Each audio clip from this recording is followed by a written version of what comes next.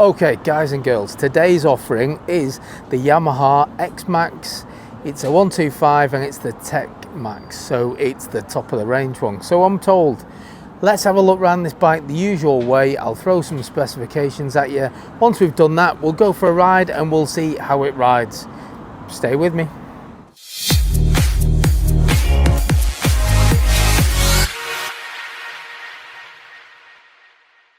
And that does not look like a 125cc scooter, not even close. In fact, if you look at the sheer size on this and the way the seat is, there's a 125 sim right behind it, and in comparison, yeah, there is no comparison. This looks twice the size. So let's just start off going all the way around. I'll point at some things, in particular that huge screen. I like the colour, quite a fashionable colour at the minute. There seems to be a lot of bikes coming through with the same grey colour. I think it looks nice on this one. Currently on the centre stand, but there is a side stand as well. Very commonplace with these scooters, and as you can see, the bike itself, it looks brand new. Everything about it is gleaming. Well, not everything. We'll get to that shortly.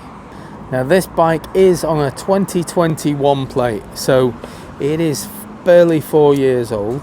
It is very clean, but of course it is used, so it is going to have the odd little mark. Now whilst it doesn't show any marks of it being dropped or anything like that, there is a little bit of a scuff here, as though someone's kind of either barged past it or they've had something on and just scraped it. I don't know. It's a shame, because that is the only kind of blemish on the bike. Otherwise it's a very, very nice, perfect condition bike. Well, perfect if you don't include that. Brakes on this, you've got a single disc at the front with a 2-piston caliper, and then you've got a rear disc with a single piston caliper. We'll do a brake test when we're out and about. I like how you've got several different positions, so you have got quite a large area there, so you can move your foot forwards and backwards, but also there's like a highway position as well, so you can stretch your legs out as though you're in a feet forward position. Nice big chunky seat for anybody going on the back, and some decent grab handles there as well, so you will feel nice and secure if you're on the back. Of course, in the UK, you can't have anyone on the back if you've got L plates on. But should you be a full license holder, it is capable of having someone on the back. You've got some rear foot pegs. The seat where the magic happens, though, that again is huge. But I always like that for a scooter, because depending on your height, depends on whereabouts you're going to sit on this seat. Towards the front, if you're shorter like me, if you're taller, you want to stretch out, you can move back a bit, but there is quite a lot of room there to shuffle forwards and backwards, so it does make these scooters a really good option for people of all different heights. The bike is keyless, it comes with a fob, buttons, you've got a horn, you've got your indicators, there's a pass button, and there's an A on and off, stop start. Causes the bike to cut out every time you stop, and then as soon as you twist the throttle, comes back to life and starts going again. Right hand side, we've got some information buttons, hazard lights, and you've got your engine cut off, engine start. So let's have a look in there first. So you've got your fuel under there. You don't need a key for that. You obviously need to have the key in your pocket to be able to open it. So to turn everything on, so what we've got here is a small LCD screen. You have got a clock on there, you've got your total miles, this is showing 10,636 miles.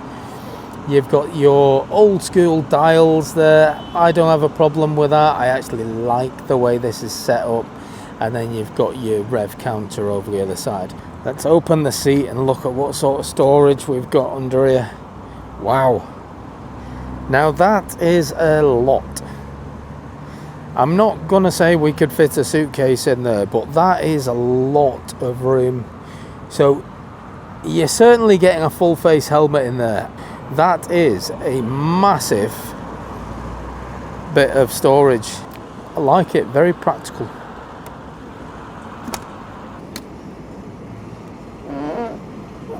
It's not massive. I'll give you an example. Put my hand in there. My hand is all the way down to the bottom, and it pretty much covers the whole of my hand, and then where my wrist is where the opening is. Put a mobile phone, to put gloves, whatever, they will fit in there. There is a 12-volt charger as well. That's always handy. It does come with ABS, which is good. Everybody loves a bit of ABS. It's certainly safer.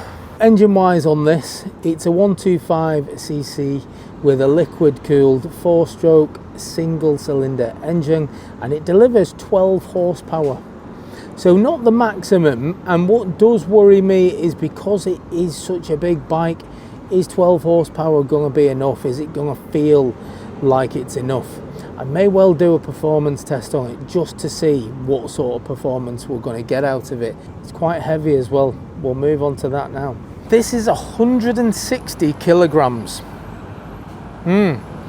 So as far as 125s go, it's certainly on the heavier side of a 125.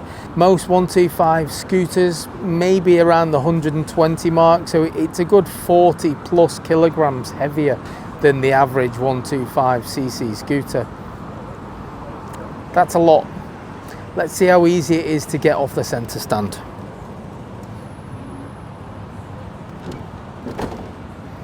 Okay, that's easy enough. Just a little bit of a tug will do it.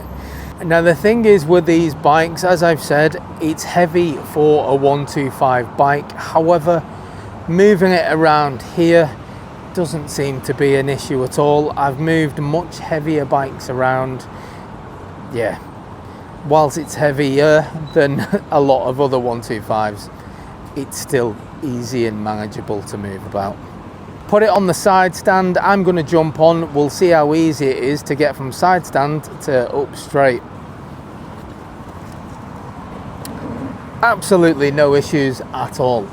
What I have got an issue with though is this seat height. It's an 800mm seat height, which doesn't sound particularly tall, but the problem is because the seat itself is quite wide, so it kind of spreads your legs out a little bit. You lose a few inches in your legs straight off the bat. So normally motorcycle, thinner seat, 800mm, I'd be flat foot quite comfortably. On this, even if I sit right at the end, I'm still on the balls of my feet because I am kind of spread out a bit on that seat. It doesn't feel too tall for me. I'm 5'8", 29-inch inseam, so I am short. However, if you are taller, you're not going to have an issue. If you're shorter, if you're considering something like this, go down to Into Moto or any place that has one, have a seat on it and just see how it fits you, because for me, I don't feel like this is too big for me at all. I just feel like I'm sat on a horse with just how wide the seat is.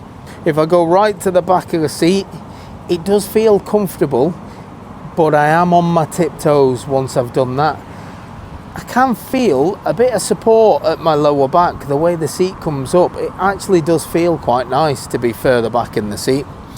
But when you are further back, you've got more leg options as well. Now for my short legs, I can move my legs forward, or I can put them in the highway position. Now if you are much taller, looking at where I am now at the back of the seat, I don't know how comfortable that would feel for you.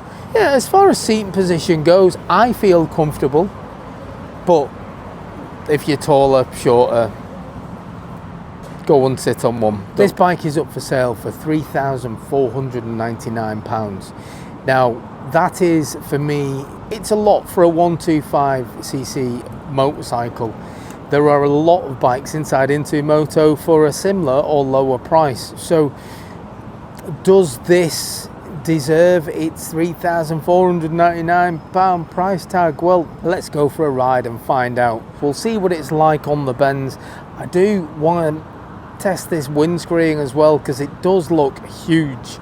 So I'm interested to see if it blocks absolutely everything I'd be surprised if it didn't. It's very big. Stay with me, let's take it out for a ride. Okay, now I've started the bike up and I just wanted to kneel right down as close to the exhaust and engine as I can, because it's unbelievably quiet.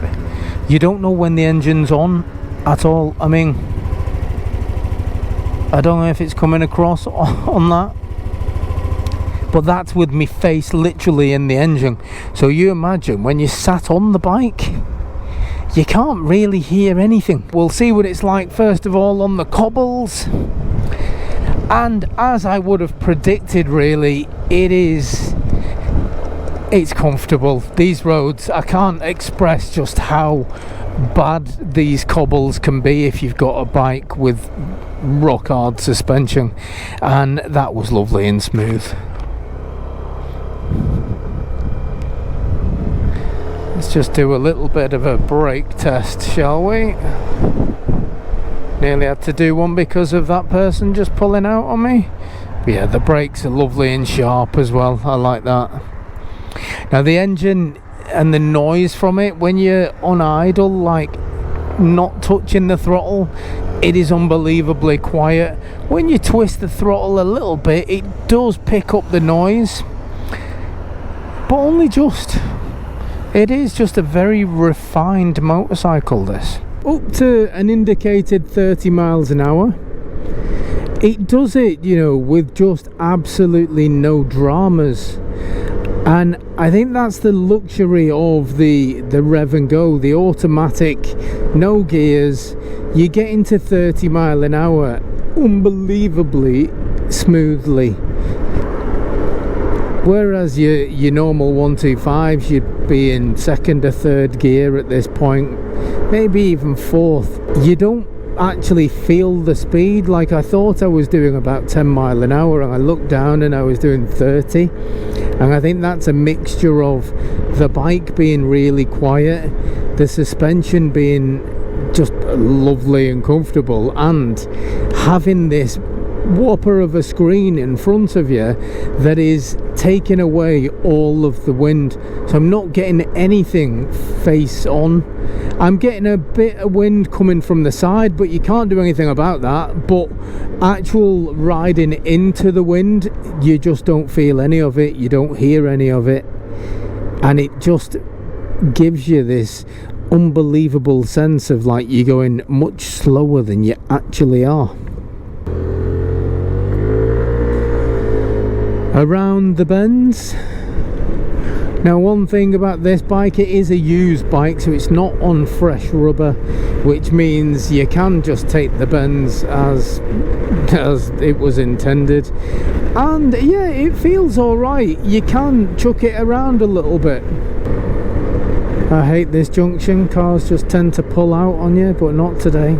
You can still do the scooter thing, which is skipping past all the traffic, because there is a lot of it. There does seem to be loads of traffic today. Just general slow town riding. It's quite a luxurious place to sit as far as scooters go anyway. Let's pull it up at my usual. Okay, so there's the grid down there, usual place. So I'm doing my speed test for the first time ever, I think, on a 125 automatic scooter, and it is the XMax 125 TechMax. What sells this bike is the ease of riding. It's an automatic, so just rev and go. It's really practical because of the storage under the seat. It is comfortable at higher speeds because of the way the suspension's set up, but also because of this humongous screen that we've got at the front. And I am now going to test the performance. Can it get to 60? Secondly, where it gets to 60. Can it compete with the gear bikes, or can it not compete with the gear bikes? How fast does it get there? That is going to be the test today. So we've got a little bit of a gap in traffic. Let's just double check. We are good to go. Let's do this. So I'm not having to worry about gear changes, so You guys, you know you are. You can't criticize me for poor gear changes. It's showing 55.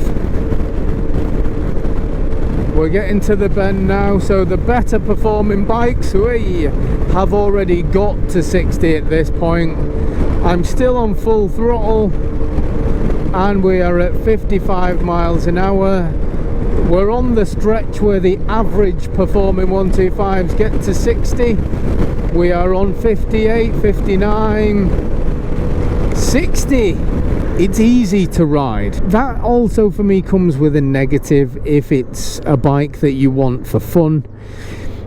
It's not very engaging because you're not playing with the gears, you haven't got that excitement of taking it up the rev range and then changing gear. You haven't got any of that. You've just got a very easy twist and the speed comes. There is a massive difference with the ease of riding this bike to riding a geared bike. I would say something like the much smaller and much cheaper Sim 125 for me is a better bike for around town because they're easier to do your filtering. They feel probably a little bit nippier than this as well. Now where this excels over that bike is this is a hell of a lot more comfortable.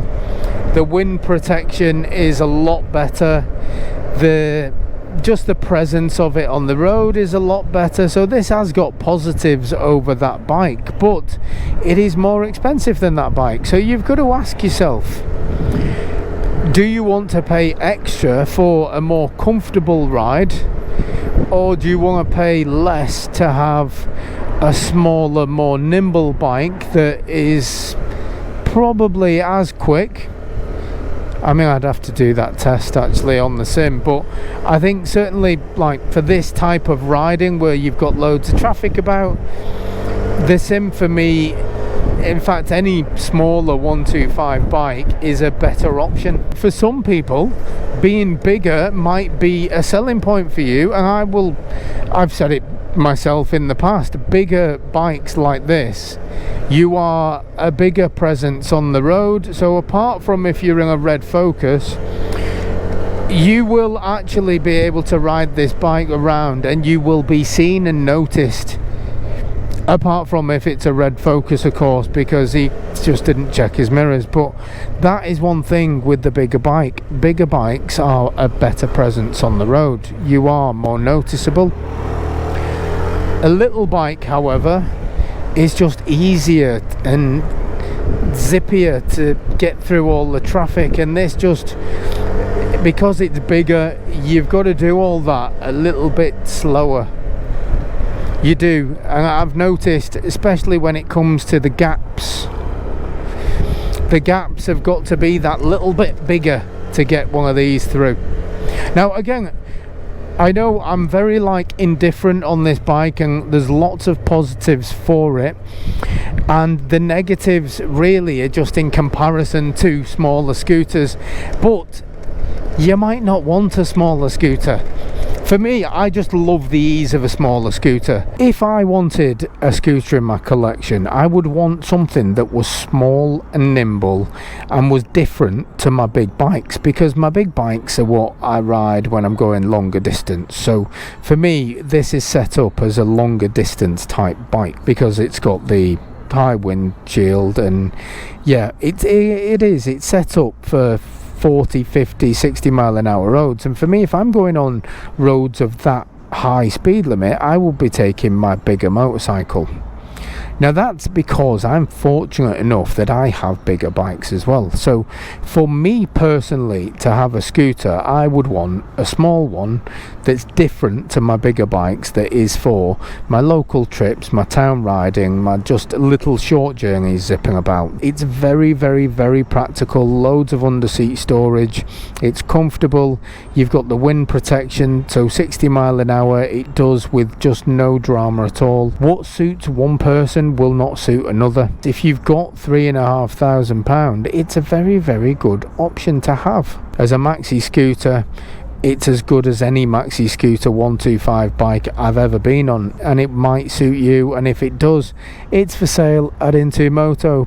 And I'm going to sign off on that before I just waffle some more crap. So that's going to do me. It's for sale at Intumoto.